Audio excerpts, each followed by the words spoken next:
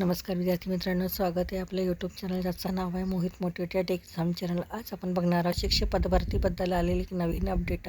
ती अपडेट कोणती आहे, चला तर मग सुरुवात करूया व्हिडिओला. अपडेट अशी आहे, शिक्षकांच्या 418 पदभरतीला हिरवा कंदील. जिल्हा परिषद शाळांमधील शिक्षकांच्या वाढत्या रिक्त जागांचा प्रश्न अखेर मार्गी लागण्याच्या दिशेने आहे. पदभरतीच्या धोरणानुसार 418 सहाय्यक शिक्षकांची भरती करण्याची प्रक्रिया अंतिम टप्प्यात पोहोचली आहे. प्राथमिक शिक्षण विभागाने आरक्षणनिहाय जाहिरातीचा मसुदा तयार करून तो शिक्षण आयुक्तांच्या मंजुरीसाठी पाठविला असून मंजुरी मिळताच येत्या आठवड्याभरात पवित्र पोर्टलद्वारे भरती प्रक्रिया सुरू होण्याची शक्यता आहे. जिल्हा परिषद शाळांमधून मोठ्या प्रमाणावर शिक्षक सेवानिवृत्त होत असल्याने रिक्त पदांची संख्या सातत्याने वाढत आहे.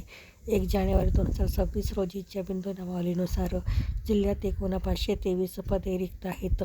शासनाच्या निर्देशानुसार यापैकी 80% म्हणजेच 418 पदे भरण्याचा प्रस्ताव शिक्षण विभागाने तयार केला आहे. या सर्व जागा सहाय्यक शिक्षकांच्या असून आरक्षणनिहाय जाहिरातीचा मसुदा शिक्षण आयुक्तांकडे मंजुरीसाठी पाठविण्यात आला आहे.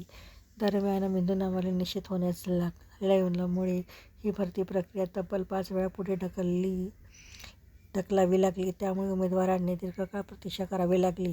आता मंजुरी मिळाल्यानंतर शासनाच्या निकषानुसार पवित्र पोर्टलवर ऑनलाईन अर्ज मागविण्यात येणार असून महिन्याभरात संपूर्ण भरती प्रक्रिया पूर्ण करण्याचे नियोजन करण्यात आले आहे.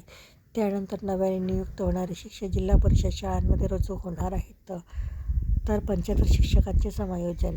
जिल्हा परिषद शाळेत अतिरिक्त ठरलेल्या 75 शिक्षकांचे समायोजन विधान परिषदेच्या निवडणुकीमुळे थांबवले होते. या शिक्षकांचे आदेश शिक्षण विभागाने काढले असून यातील काही शिक्षक संबंधित शाळेत रुजू झाले असून काहींची प्रक्रिया पूर्णत्वास येत आहे.